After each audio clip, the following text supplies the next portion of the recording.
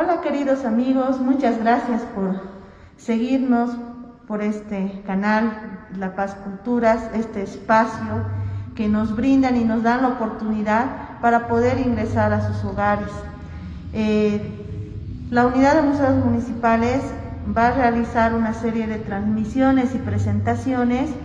para poder dar a conocer las exposiciones que se están realizando de manera presencial. Es importante hacer conocer que se está trabajando con normalidad y las personas pueden ingresar, pero en un número menor.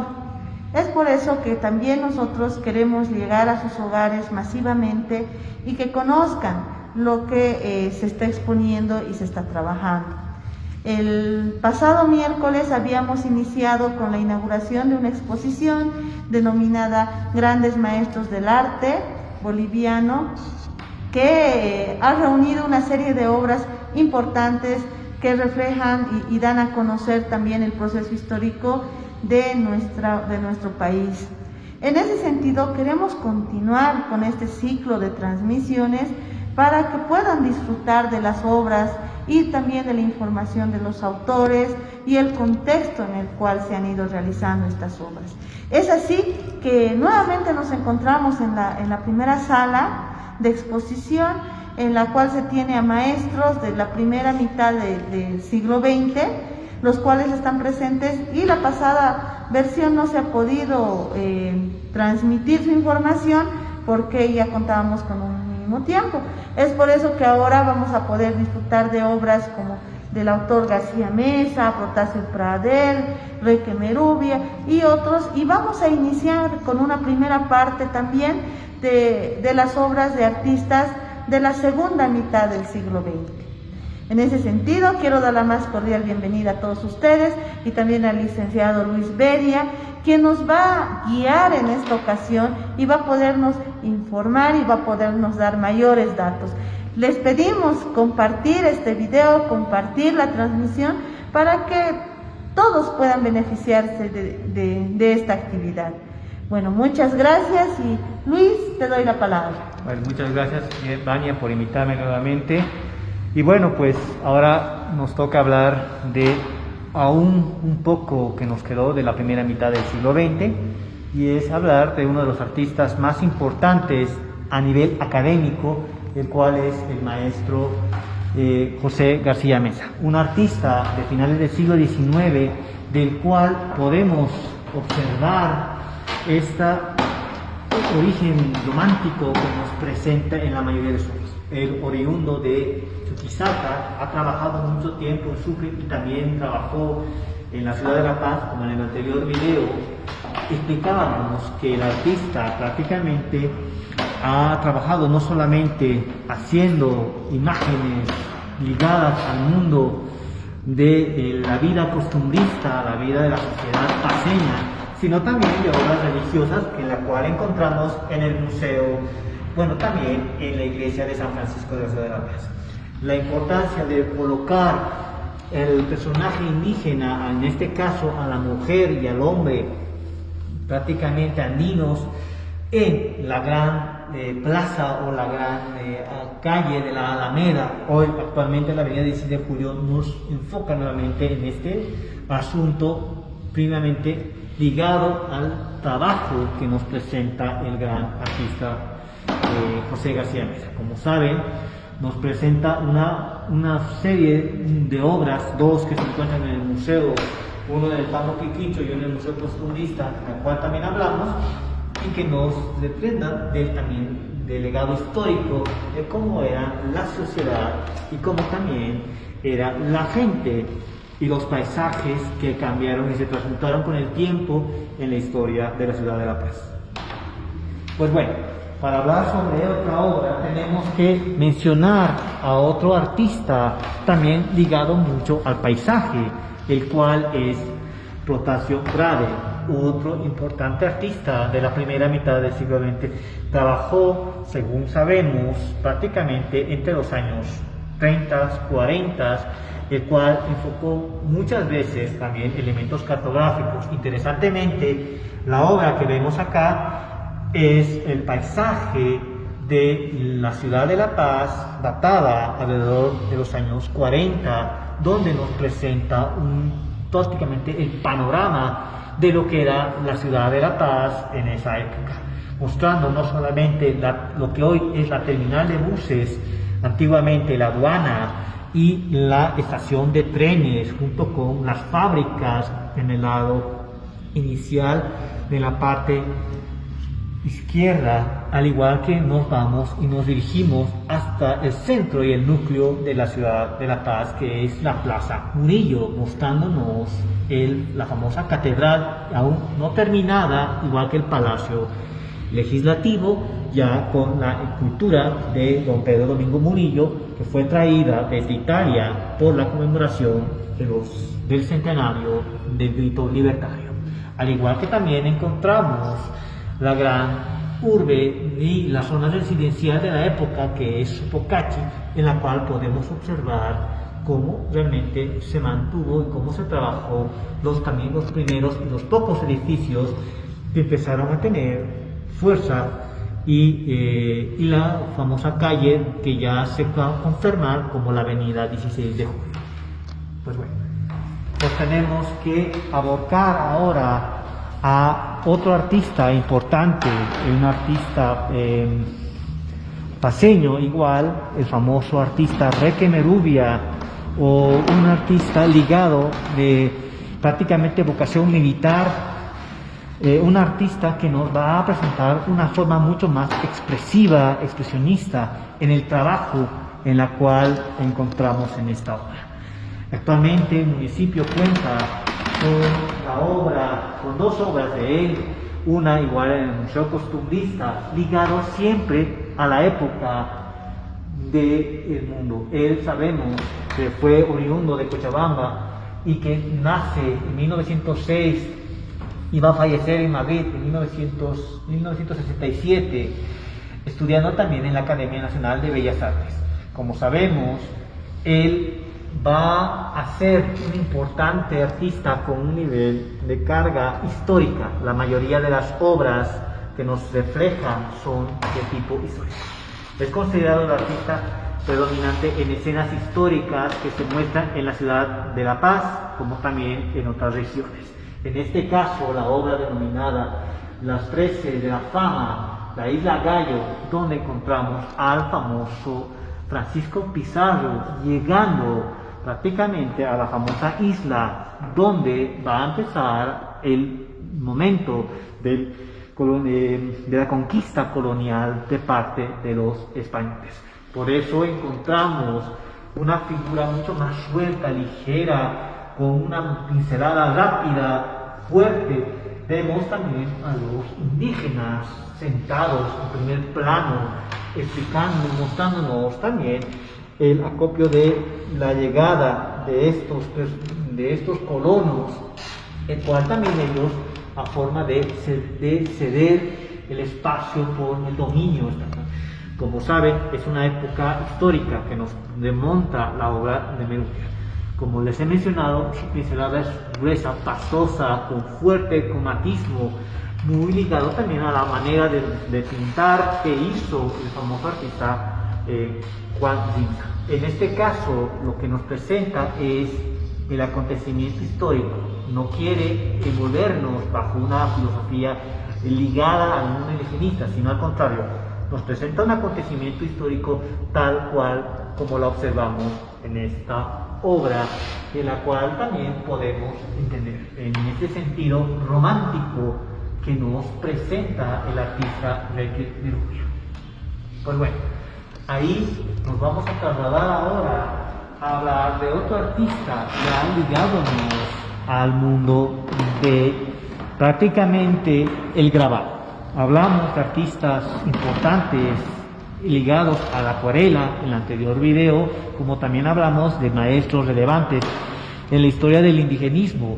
un estilo que converge no solamente en Perú y en Bolivia, que fue de tinte literario, sino también que trajo consigo artistas importantes. Entre los más relevantes artistas que encontramos es el famoso maestro Genaro Ibáñez, un artista que prácticamente estudió en Buenos Aires, Argentina, y fue becado en la Academia de Bellas Artes de San Fernando en Madrid, y nos va a traer la técnica de la xilografía. La xilografía es una técnica muy importante, una técnica antigua que viene prácticamente desde el periodo medieval. No hay que olvidar que es trabajada en taco madera, el cual se transporta a una forma de sello y nos traslada a nuevas formas. Pero ¿qué nos sucede? Él también, Genaro Ibáñez, fue un importante alumno del artista Manuel Castro Gil, que fue importante también al regreso a Bolivia en los años 30. Ahí va a trabajar fuertemente el grabado por la xilografía, también como la acuarela y el esquí. Sus exposiciones van a llegar más allá. Lo interesante es que él, al igual que sucede con Rimsa y otros, se va a contagiar de esta euforia nacionalista y va a estar ligada nuevamente al mundo del indigenismo. En este caso ya podemos ver atisbos de este mundo, de una nueva tendencia que poco a poco va a empezar a surgir y que se va a ensamblar más fuertemente en la década de los años 50 y 60, que va a ser el cubismo. La obra de interpretación tihuanacota que encontramos acá es un claro ejemplo de la vocación espiritual y muy fuerte ligado hacia el mundo andino, hacia las ruinas prehispánicas, con la Puerta del Sol fuertemente esquematizada que encontramos ahí. Con la otra obra, la denominada Angustia, que también es ganadora del concurso Salón Pedro Domingo Murillo, nos presenta igual a estos personajes. Fíjense la forma de los tonos negros muy bien contrastados con la luminosidad que ha dejado prácticamente los tonos blancos para crear un ambiente totalmente opresivo, triste. De ahí el término y el título de la obra, para entender también el momento coyuntural y social que nos presenta el propio artista Genaro Ibáñez. En ese sentido tenemos que también mencionar que él, junto con Mario Illanes, son considerados los más importantes grabadores. Illanes se lo considera a él como un importante maestro del muralismo en Guarizaca. Sin embargo, también su vocación de grabador estaba presente desde la primera mitad del siglo XX hasta la segunda mitad. Genaro Ibáñez es considerado uno de los primeros y pilares fundamentales del grabado de Bolivia,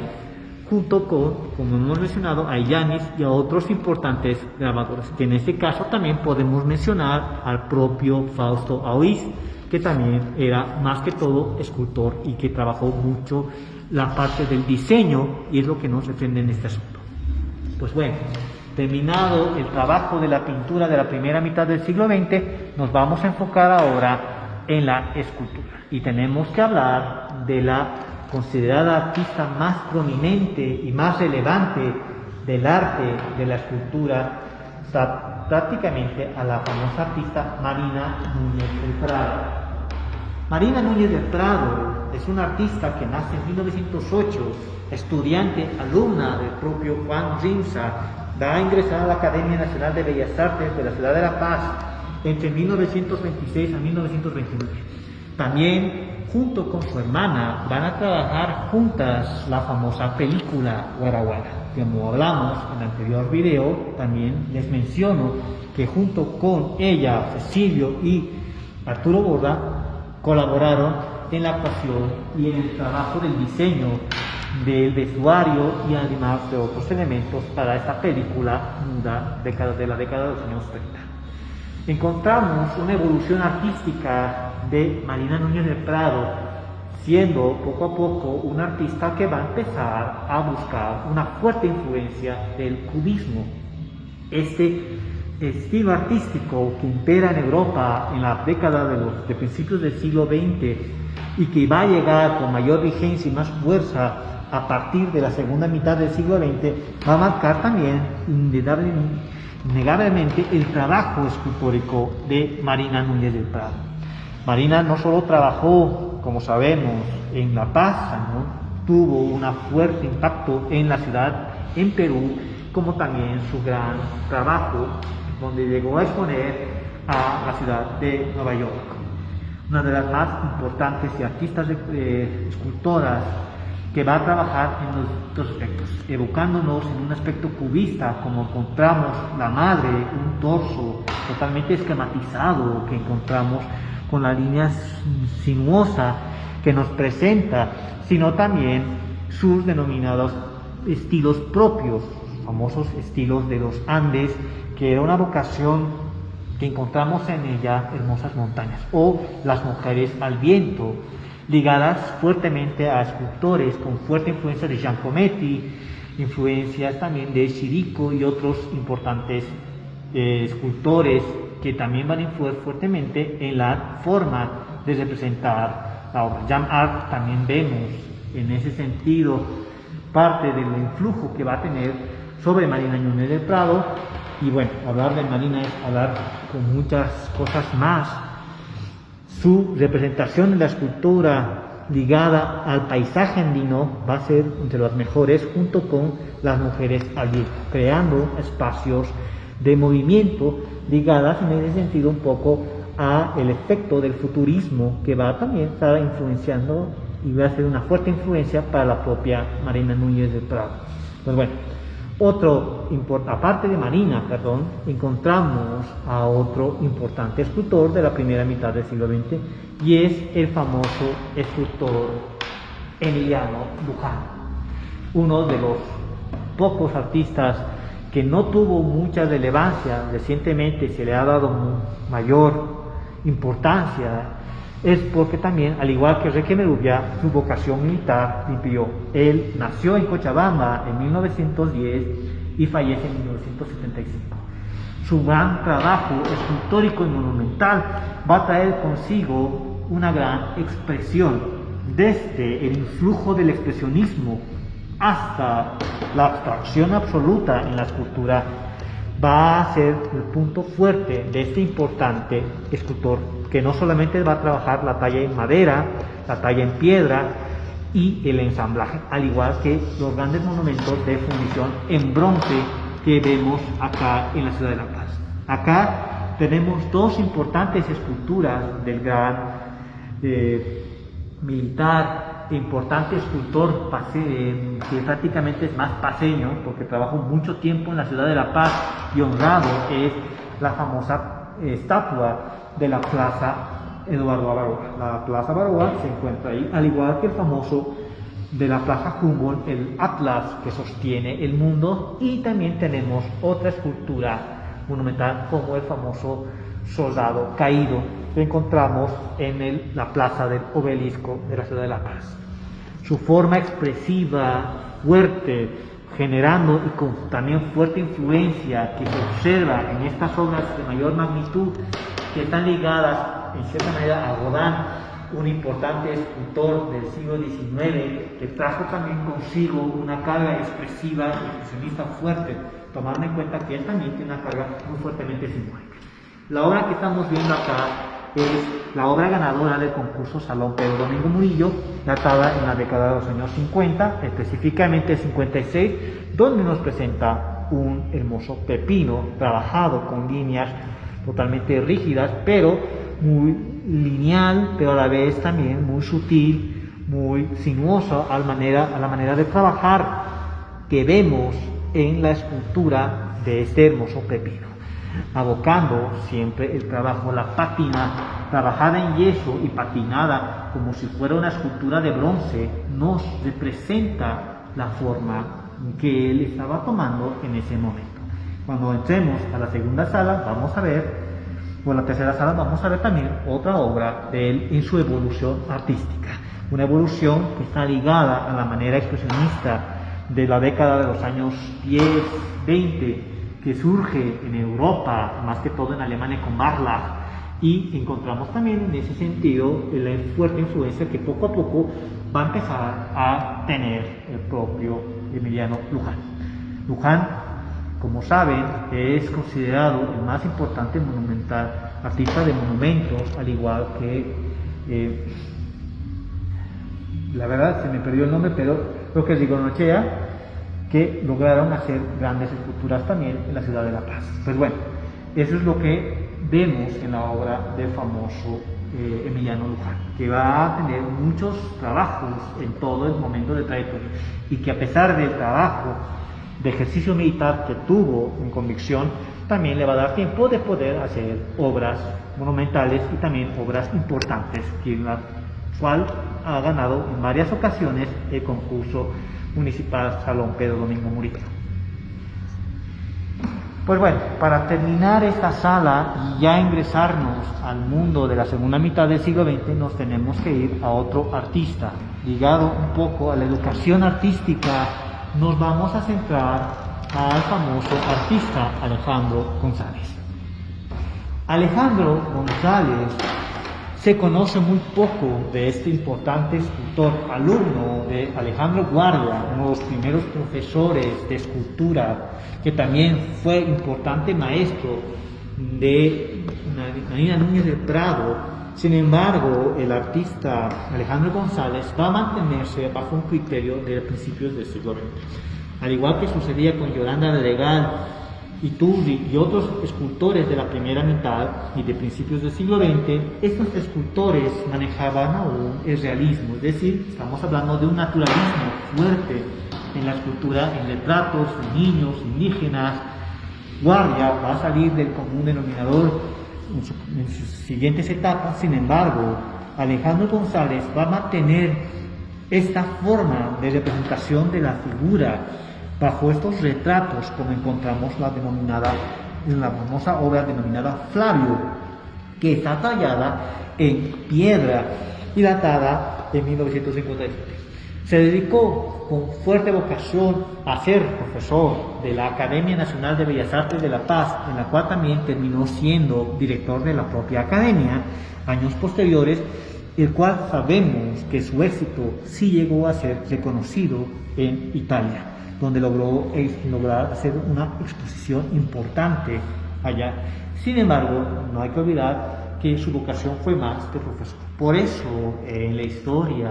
y artistas importantes reconocidos, artistas que también trabajaron la historia, como Enrique Arnal, Alfredo La Placa, que hicieron investigación histórica sobre la plástica boliviana, como también el intelectual Rigoberto Villarruel, Pedro Querejazu, hablan un poco de la escultura y de la obra de este importante maestro.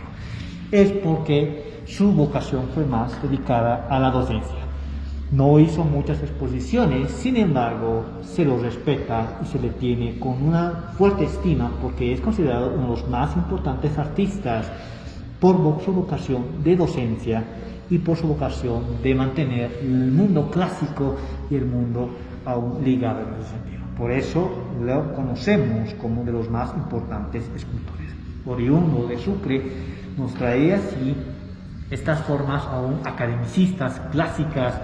que nos representan ese sitio. Sin embargo, no hay que olvidar que tenemos aquí también la obra ligada a los personajes típicos de la ciudad de La Paz, de la sociedad boliviana, como es la cabeza de esta famosa obra denominada Flavio. Pues bueno, entonces con esto logramos terminar la sala de la primera mitad del siglo XX. Como ya Baña les adelantó, vamos a seguir conociendo artistas, no solo de la primera mitad, sino también de la segunda mitad del siglo XX. Entonces, con esto nos invitamos a ver la segunda sala para que ya ingresemos al asunto de la segunda mitad del siglo XX. Entonces, ahora nos va a tocar hablar nuevamente del artista Gil y Maná. Ya estamos ingresando a la segunda mitad del siglo XX, pero para entrar a estos artistas voy a hacer una breve, muy corto resumen de lo que sucede en la segunda mitad del siglo XX. No hay que olvidar que en la década de los años 50, específicamente desde 1952, con la famosa Revolución Nacional, en la cual prácticamente caen los tres más importantes padres de la minería, José Patillo y Aramayo, el cual hace que Bolivia se convulsione y ingrese a un nuevo periodo, un periodo revolucionario, el cual va a ingresar el partido del momento, el Movimiento Nacional Revolucionario, el Nacionalista Revolucionario, a cargo del presidente Ernesto Paz Estensoro, que en paz descanse, importante, los cambios trascendentales, esa exacerbación muy ligada hacia ese nacionalismo que va a surgir en la década de los años 50, que inició en la década de los años 30 con la guerra del Chaco y que se llega a su clímax importante en la década de los años 50, va a traer consigo también una nueva forma, unas nuevas tendencias que ya se habló con la obra de El arte contra los sismos que hizo en crítica el famoso Arturo Borda. Estos nuevos estilos que van a recién imperar en la segunda mitad del siglo XX van a agrandarse en todo sentido. Vamos a conocer el cubismo, vamos a conocer el expresionismo, el surrealismo, la neofiguración, el abstraccionismo ligada a los campos de color, ligadas al suprematismo, al constructivismo soviético, que van a tener fuerte impacto e influencia en artistas, al igual que la influencia de Pablo Picasso en esta nueva generación de artistas que van a tener un fuerte impacto en la segunda mitad del siglo XX. En este sentido, tenemos que hablar del primer grupo que es considerado en la historia del arte, que es el grupo Anteo. Y para hablar del grupo Anteo tenemos que hablar de la obra de Gil y Maná. En el anterior video hicimos un homenaje al importante maestro, el cual recoge nuevamente la influencia como lo tuvo de Juan Rimsa, como su maestro, como también el impacto de la sociedad del altiplano boliviano, la gente, la forma de representar a la figura de la mujer indígena. En este sentido, con estos tonos ocres, blancos y con una carga totalmente hierática, muy monumentalista, que encontramos en la mirada de la mujer, como vimos en la anterior obra. Esta evolución muy finosa, muy tácita, con un detallismo importante, muy ligado a las tierras, los tonos, va a evolucionar a un sentido mucho más propio, a un sentido en la cual en la siguiente obra que la vamos a conocer es la famosa nube negra. La que estamos observando es la que ya vimos en el anterior video. Pero una evolución de crecimiento artístico va a ser que el propio Imaná también empiece a expresar por una línea mucho más ligera, mucho más suelta, ya obviando los detalles que veíamos en su primera etapa, sin olvidar el asunto de estos tonos, los tonos rojos, los blancos, el ligado de la huipala como elemento ancestral, pero también como elemento propio. Aquí encontramos en la nube, vemos este panorama de la pincelada totalmente suelta, ligera, rápida. Los rostros han desaparecido. A diferencia de la obra que vimos anteriormente, donde veíamos una forma monumental, el monumentalismo se sigue manteniendo en la famosa obra de la nube negra, sino en el caso encontramos el detalle muy bien de las manchas, generando así no un anonimato, sino también una forma de expresión amplia y fuerte que va a generar así un nuevo panorama de rebelión, de levantamiento. No hay que olvidar que también en la última etapa, en los tiempos que estamos viendo actualmente, las sociedades del altiplano boliviano, las comunidades indígenas que han sido relegadas durante muchos años, van a empezar a tener una fuerte rebeldía y van a querer mostrarse hacia la sociedad boliviana, mostrando así, y ese es el ejemplo que nos presenta. Por eso las lanzas que nos ejemplifican la forma de representación que nos da el propio Gil y Maná. También hay que entender que Gil y Maná para esta época ya estaba mayor y por lo tanto también la evolución plástica no va a ser de la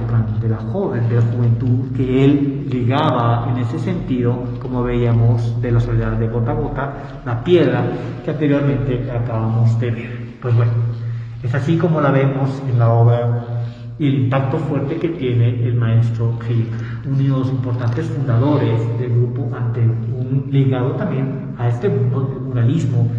el cual, cuando hablemos al final de la sala, vamos a hablar de su famosa esposa, que es Inés Novoa. Pues bueno, otra importante artista, considerada la artista más importante de Latinoamérica de la segunda mitad del siglo XX, es la famosa María Luisa Pacheco, una importante artista que evolucionó su obra a tal nivel que vemos en esta obra como su primera etapa. Ella también fue alumna de estos importantes maestros de la primera mitad, y encontramos también acá la influencia que tuvo el famoso maestro Juan Rimsa en la obra de ella. Y ahí encontramos también el fuerte impacto que tiene el gran artista Pablo Picasso. Picasso llegó a Bolivia como una fuerte carga simbólica en la cual una nueva forma plástica de ver las obras, de ver la naturaleza, que ayudó no solamente a María Luisa Pacheco, a Graciela Rodo Boulanger, a Moisés Chiribarrientos, a Julio Aybar, a Enrique Arnal, entre otros, y que el cual fíjense la forma de la representación de la hacienda. Son mujeres que vemos que están sembrando aquí los tonos cortantes de las luces y las sombras, los rojos, los naranjas, los tonos tierra, más los tonos verdes, ayudan a armonizar la obra. Esta es la primera obra considerada como el primer premio el primer concurso del Salón Pedro Domingo Murillo,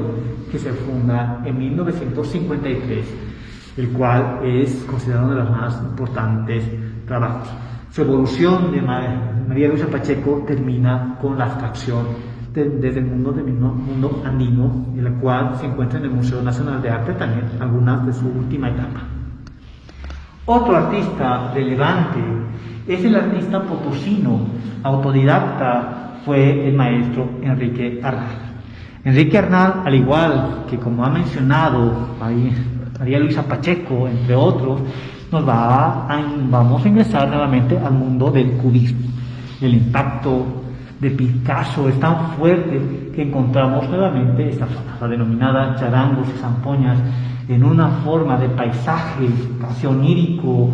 Nos representa, fíjense, la forma de las montañas con estas formas de zampoñas que vemos colocadas, formas de ciclos, jugando con elementos lunares, y las charangos totalmente esquematizados con estas formas totalmente cubistas que vemos en la obra de Arnal. Arnal, al igual que pasa con María Luisa Pacheco, va a terminar haciendo abstracción absoluta. Estamos entrando a una etapa donde estos artistas empezaron en una forma plástica del momento y que va a terminar con otra forma actualmente. También trabajó obras de tinte realista, naturalista, que también se encuentra en ese sentido. Otro artista, considerado el artista más sutil y más noble en el momento de la pintura, es el famoso autor Antonio Yanque Huanca. No conocemos exactamente cuándo nació, pero sabemos que fallece en 1973. Un artista que va a trabajar, al igual que los demás, un trabajo ligado a lo Picasso, a la forma del cubismo. Y ejemplo claro es esta obra que vemos retratada, denominada Ciudad. Yanque nos presenta la ciudad en una forma abstracta, sin embargo, pero con un marco sentido plástico de la línea de contorno fuerte, negra, que crean los techos de las casas que se elevan y que a medida de la forma vemos elevar hasta el punto central de la obra, que es el Illimani. Ya hablamos que la naturaleza es importante, y Yanque no solo trabaja elementos de tipo cubista, sino también trabaja la acuarela. Considerado también un importante acuarelista, ha trabajado obras abstractas ligadas al suprematismo y ligadas también en parte al constructivismo. Y es lo que nos presenta en esta obra. Pues bueno, también vamos a hablar ahora del otro artista, que es Moisés Chiri Barrientos. Moisés Chiri Barrientos, un artista orureño que nace en 1932, el cual va a vivir prácticamente en la ciudad de La Paz. Él va a ser prácticamente el fundador de uno de los espacios al aire libre de venta de obras a nivel municipal, que es la Plaza Humboldt. Él tuvo un fuerte impacto igual con su obra, volviéndolas mucho más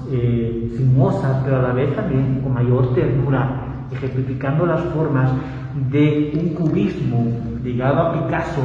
pero con esta forma maternal muy tierna que nos presenta la obra Ternura, ganadora de Salón Pedro Murillo. Encontramos la forma de la línea de contorno recta, bien adecuada, y la forma maternal entre la madre y el hijo. Este artista muchas veces lo van a rechazar, y la cual va a terminar por eso exponiendo en la Plaza Humboldt, y el cual va a crear una serie de artistas y van a seguirlo a él, y el cual hasta actualmente se sigue considerando la Plaza Humboldt como el centro artístico de la ciudad de La Paz para quienes quieren exponer no solamente en una galería de arte, sino también en la plaza como tal, tomando el espacio de las calles como también espacios para la exposición artística. Y eso es lo que nos presenta prácticamente Moisés Chiri Barrientos. Chiri no solamente queda en la obra cubista, sino también evoluciona al fauvismo en otras obras, llegando a una nueva figuración en su última etapa, como conocemos de él. Otro artista que está ligado también a los elementos cubistas iniciados es el famoso artista Julio Aybar. Aquí ya no hablamos de un artista boliviano, sino hablamos de un artista peruano. Artista que vivió mucho tiempo en Bolivia, más que todo en la ciudad de La Paz, y que va a traerle consigo una nueva forma plástica. Se va a influenciar exactamente, sí, del cubismo, pero también va a aprovechar los elementos prácticos que trajo Pierre Mondrian con el neoplasticismo. Esta forma de la línea recta, generando una línea de contorno, creando así los distintos planos de tonos, nos va a recordar esta nueva forma plástica que va a empezar a ligar fuertemente en la expresión artística, como vemos acá. Denominado El mundo es ajeno, nuevamente nos referimos al mundo andino, al mundo de la separación de las clases elevadas con las clases inferiores, en la cual nos quiere representar esto. Es una mujer con su gran poncho tapada, protegiendo a un pequeño niño en una especie de frío nocturno, de espacio nocturno, con un contraste fuerte de tonalidades que nos presenta el artista Julio Aybar. Pues bueno, ahí llegamos a conocer también a otro artista, una importante artista mujer, al igual que María Luisa Pacheco, María Núñez del Prado, y que también data su obra y su trabajo desde principios del siglo XX, exactamente desde la primera mitad, la famosa Agnes Obando Sanz de Frank, antiguamente casada con el artista Jorge de la Reza. Posteriormente se va a casar con el extranjero de Frank. Ella nacida en Oruro y que va a fallecer en Brasil en el año 2013. Encontramos en esta artista un trabajo de evolución artística también, buscando nuevamente el paisaje, los elementos de la piedra, los elementos pétreos, los elementos de la naturaleza, y eso es lo que nos representa en esta obra, también ganadora del Salón Pedro Murillo. Vivió varios años en Cochabamba y se influenció fuertemente del paisaje, al igual que también cuando llega y estudia en Chile, va a traer también consigo estas nuevas formas plásticas, ligadas en ese sentido a los campos de color, y también vamos a ver otras evoluciones artísticas ligadas al mundo del abstraccionismo y ligadas a la expresión del expresionismo abstracto que nos brinda la obra de Agnes Obando de Frank. Y bueno, Otro artista ligado de la década de los años 50, también ganador del Salón Pedro Domingo Murillo, es el famoso Juan Ortega Leitón. Importante artista, alumno también de LINSA. Leitón nos presenta, igual que pasa con nosotros, en la carga ligada al mundo andino, ligada a la sociedad altiplánica, y en este caso encontramos una de sus obras en este sentido. Pues bueno, fíjense cómo contrasta los tonos ocres con los verdes, los fríos, y los enfría a tal punto que genera ese ambiente tétrico, doloroso, que es lo que encontramos en su trabajo, ¿no? Mostrar la solemnidad del trabajo, sin olvidar la silueta y la línea recta, la simplificación de las formas que encontramos en la obra que ya hemos mencionado del cubismo, el cual va a impactar fuertemente en la década de los años 50, 60, hasta llegar a la década de los años 70, que va a marcar como punto central en estilo en el arte boliviano, no significando que no haga bajo la tradición, bajo el influjo también indigenista que vemos en la obra de ellos.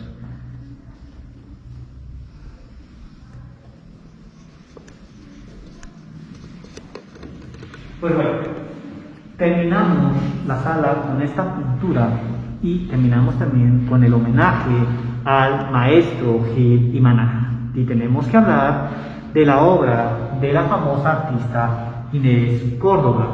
con una serie de obras que va a trabajar ella. Ella, nacida en Potosí, que nace en 1927, no va a ser parte del grupo Anteo, va a conocer posteriormente, pero van a convivir ambos con esta idea del muralismo. Inés Córdoba y Gil y Maná van a ser la dupla artística importante de la segunda mitad del siglo XX. Inés va a salir del común denominador de las obras, jugando no solamente con los elementos de la cerámica, el textil y los collages en metal y en otros elementos más. La vocación igual ligada a los elementos del cubismo sintético va a marcar fuertemente el trabajo de Inés Córdoba. Inés Córdoba junto con Gil y Maná van a trabajar grandes obras murales. Entre las más importantes que conocemos de ambos artistas se encuentra en el edificio del Banco Mutual La Primera. Y es así que vemos en esta obra, la denominada Viejo Muro, el elemento del metal corroído, trabajado en elementos con blancos, utilizando los elementos metálicos de la oxidación, lo pintado para crear así una atmósfera que también lo trabajaba en paisaje. Hay que tener mucho en ese sentido. Al igual que en la obra ganadora del Salón Pedro Domingo Murillo, Rojo Solo en Altiplano, que también nos presenta paisajes totalmente muy bien elaborados, el cual no ejemplifica en ese sentido la obra de Inés Córdoba. Pues bueno, eso es lo que trabaja Inés Córdoba en ese sentido. Y importante, esposa de Gil y Maná, en la cual podemos agregar que es importante en el trabajo del arte nacional, no solamente por su vocación de la cerámica, la vocación de los collages, sino también por su mundo y por la vocación del textil, que van a compartir fuertemente con su esposo, don Gil y Maná, el maestro entre más importante también de la segunda mitad del siglo XX. Pues bueno,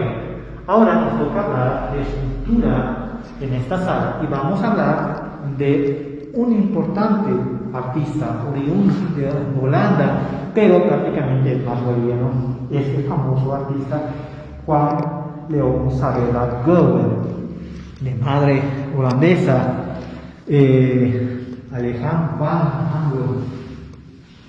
Juan León Saavedra,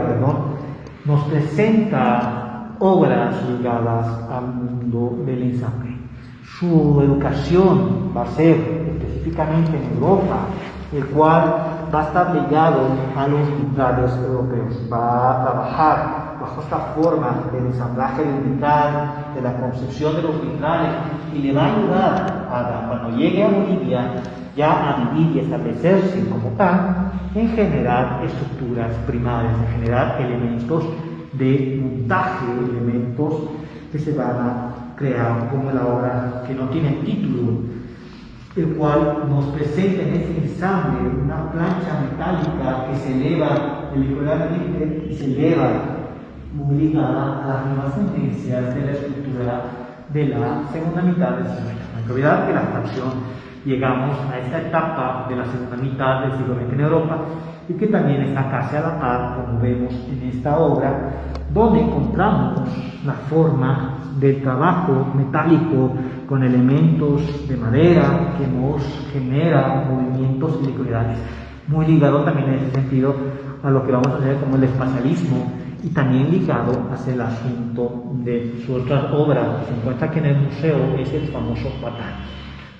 El ensamble de elementos metálicos va a ser fuertemente impactante en la obra del famoso Juan de Saavedra, que nos va a presentar estas formas también en movimiento, pero muy quieto, muy tenue en ese sentido, y es lo que encontramos en el trabajo de este artista. Y bueno, con esto, con este artista terminamos la obra de esta exposición, el cual es la obra de los Cachuilis del artista Agustín Calizaya Mejos, un artista que nace en 1930 y que nos presenta un tipo de escultura muy fuertemente ligada también al mundo cubista, pero con una carga naturalista. Los Cachuilis nos representan a una pareja de hombre y mujer, el hombre y la mujer hermanados, uniéndose en un sentido